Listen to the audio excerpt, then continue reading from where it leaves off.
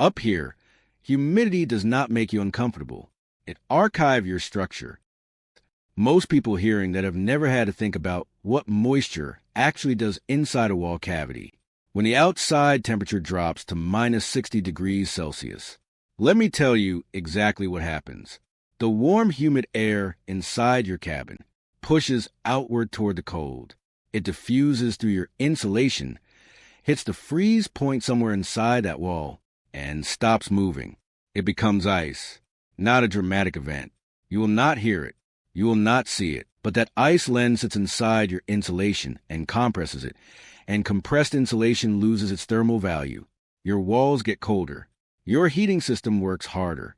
The ice thaws and refreezes through seasonal cycles, and the damage compounds quietly over years. Meanwhile, that same moisture is working on your food stores, your tools, your fasteners, your optics, your electronics. Mold does not need warmth to establish itself. It needs moisture and a surface. In a sealed winter cabin, it will find both. I do not treat humidity as a comfort issue. I treat it as a primary systems threat, the same category as fuel supply and structural integrity. Because up here, that is exactly what it is.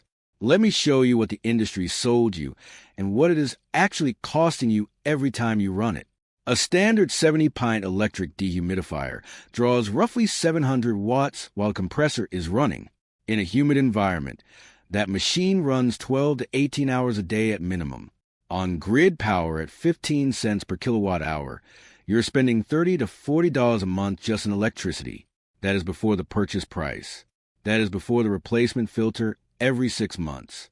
That is before the new unit you will buy when the compressor burns out after 4 or 5 seasons. A study published in ASHRA Transactions in 2020 found that in well-insulated modern homes, dehumidifiers can consume nearly as much annual energy as the entire central air conditioning system. Read that number again and let it settle. Now, take that same machine off-grid. Every watt that dehumidifier burns is a watt pulled from your battery bank, your solar array, your diesel generator. Off-grid, electricity is not an abstraction on a monthly statement. It is fuel burned, stored energy depleted, generator hours accumulated. The electric dehumidifier is an engineered dependency. You pay to buy it, pay to run it, pay to replace it. And the problem it is solving has a $4 solution that runs on nothing but chemistry. I want to tell you about the moment this cracked open for me because it did not happen in a laboratory or on a website. It happened in a trapper's outpost about 40 kilometers north of Watson Lake in the southern Yukon. February, outside temperature sitting at minus 51 degrees Celsius. Wind cutting hard from the northwest. I had been winterizing a remote structure, and an older trapper named Gerald, who had been running trap lines in that country since the early 1970s, stopped by to look the place over. He walked through the door, looked at my electric dehumidifier bolted to the wall, and said nothing complimentary. Then he walked to a wooden shelf near the entrance, crouched down, and pointed to 3 wide-mouthed glass jars sitting quietly in the corner. Each one filled about 2/3, full with a coarse white granular substance. I assumed it was rock salt. Gerald corrected me without any particular patience. Calcium chloride. Not the same thing. Not even close. He told me he had used it in every cache cabin and storage structure he had maintained for 4 decades. No electricity required. No moving parts. Refill a few times a year and leave it alone. That is the entire system. I stood there and noticed what I should have noticed when I walked in. That outpost was drier than my cabin 200 meters away, running a powered unit around the clock. The physics clicked into place inside about 30 seconds. I drove to the nearest supply co-op the following morning. 10 pounds of calcium chloride. $14. Before you build anything, you need to understand what calcium chloride actually is and why the physics works the way it does, because this is not folk wisdom and it is not improvised.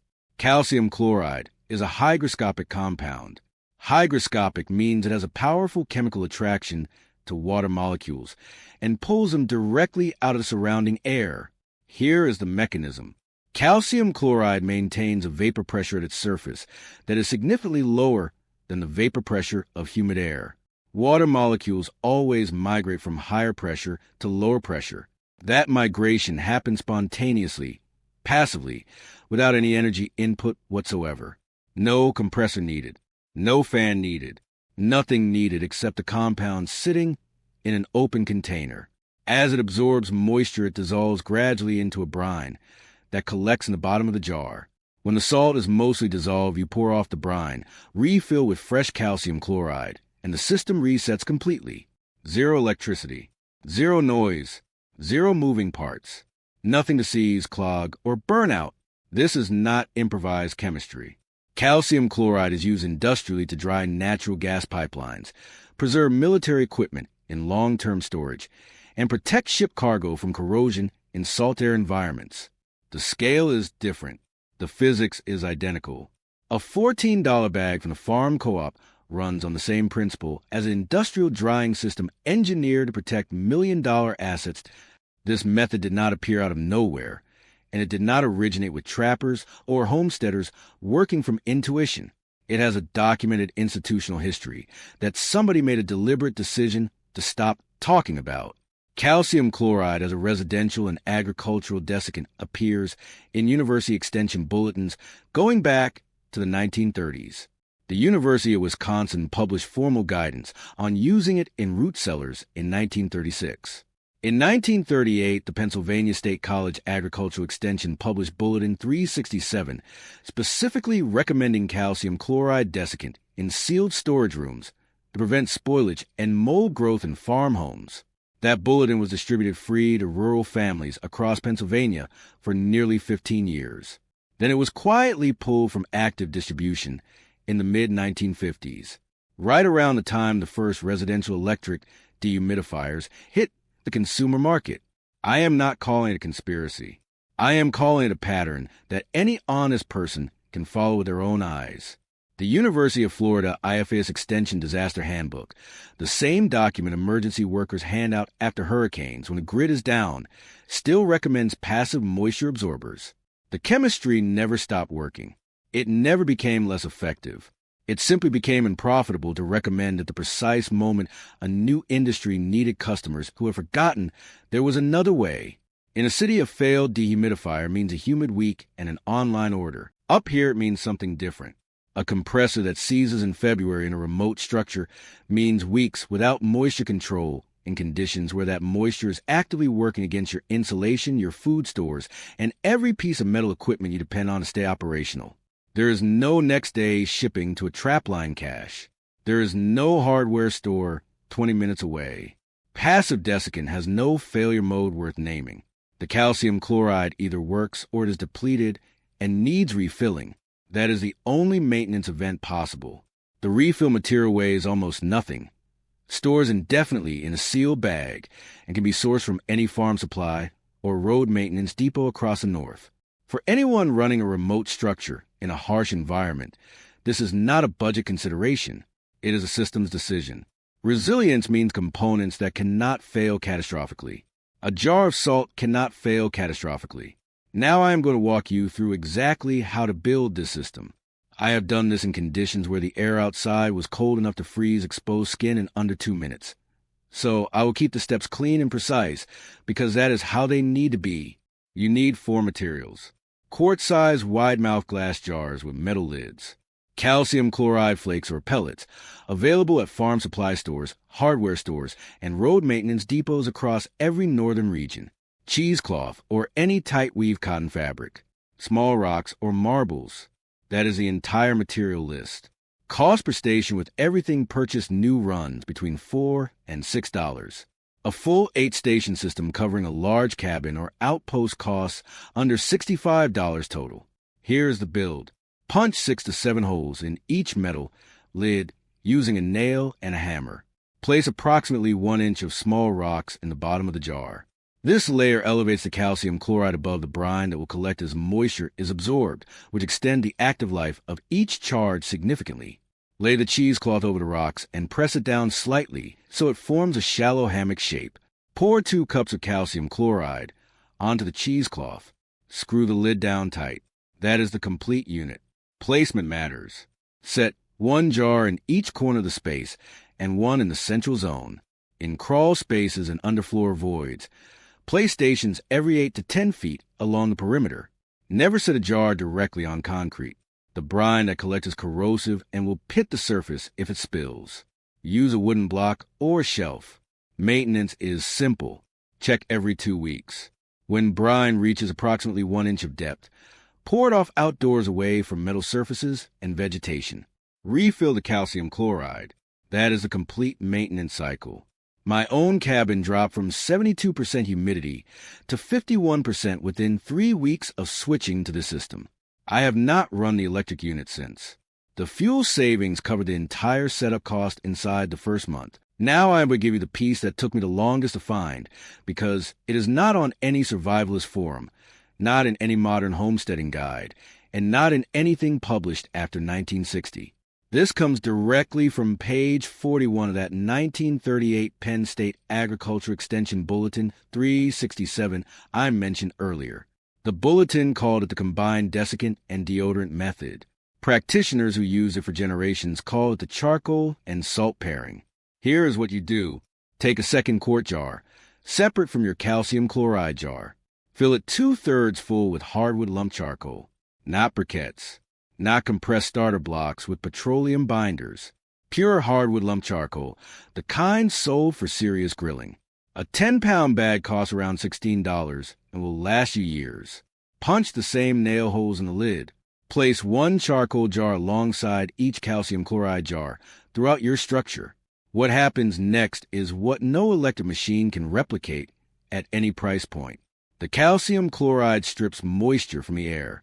The hardwood charcoal, which is microscopically porous at a scale that rivals industrial activated carbon, absorbs volatile organic compounds, mold spore gases, and the trace chemical signatures released by damp wood, soil, and concrete over a long winter. Together, they do not just dry the air. They clean it. In a sealed cabin through a 6-month winter, VOC accumulation from damp materials and off-gassing insulation is a genuine air quality concern. This paired system addresses both problems simultaneously for $6 per station.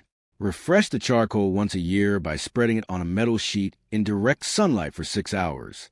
Heat and ultraviolet light drive off every absorbed compound and reset the charcoal completely. 1 bag lasts the better part of a decade. Let me scale this out for the different structure types most of you are actually operating, because a main cabin and a remote cache present different problems, and the system deploys differently in each one. For a main cabin in the 800 to 1200 square foot range, 5 paired stations, 5 calcium chloride jars, and 5 charcoal jars handle the full volume effectively. Annual material cost runs under $30. For cache cabins and remote outposts, smaller structures that sit unheated for extended periods between visits, 2 to 3 paired stations are sufficient. Unheated structures are actually where passive desiccant outperforms electric units most dramatically because there is no power to run a compressor in the first place. The calcium chloride works regardless of temperature. 4 underfloor crawl spaces and foundation voids increase density significantly. Place paired stations every 8 feet along the full perimeter. Crawl spaces are where moisture destroys floor joists silently over decades. Most people discover the damage only when the floor begins to flex underfoot and the repair bill arrives. For gear lockers and equipment storage, half-pint jars handle enclosed spaces cleanly. 1 small jar protects a gear locker for up to 3 months. Firearms, optics, and electronics stored through a subarctic winter benefit enormously. Corrosion and lens fogging are moisture problems. They are not cleaning problems. Treat the source. Let me put the numbers side by side, so there is no ambiguity. Electric dehumidifier, $200 to $300 purchase price, 700 watts draw, 12 to 18 hours of daily runtime in humid conditions, $30 to $40 per month on grid power, significantly more when that electricity comes from diesel generation or battery storage. Compressor lifespan 4 to 5 seasons. Filter replacement every 6 months. Over 5 years, that machine costs you conservatively between $2,000 and $2,500 in purchase price, fuel, and replacement costs combined. Passive calcium chloride system, 8 full stations with paired charcoal jars. $65 one-time setup cost with all materials purchased new. Annual maintenance under $30. Charcoal refresh once a year at 0 additional cost. No electricity. No moving parts. No failure modes. Over 5 years, a passive system costs under $200 total. That is not a savings tip. That is $2,000 that stays inside your operation instead of flowing out of it every single year into a dependency you never needed. I want to close the historical thread before I give you the final numbers because this part matters. After World War II, rural electrification finished its sweep across North America, and an entire appliance industry rose up to sell powered solutions to problems that had been solved passively for generations. Root cellars became refrigerators. Clotheslines became dryers. Passive desiccant became electric dehumidifiers. The new solutions were not always superior. They were monetizable in ways the old solutions were not.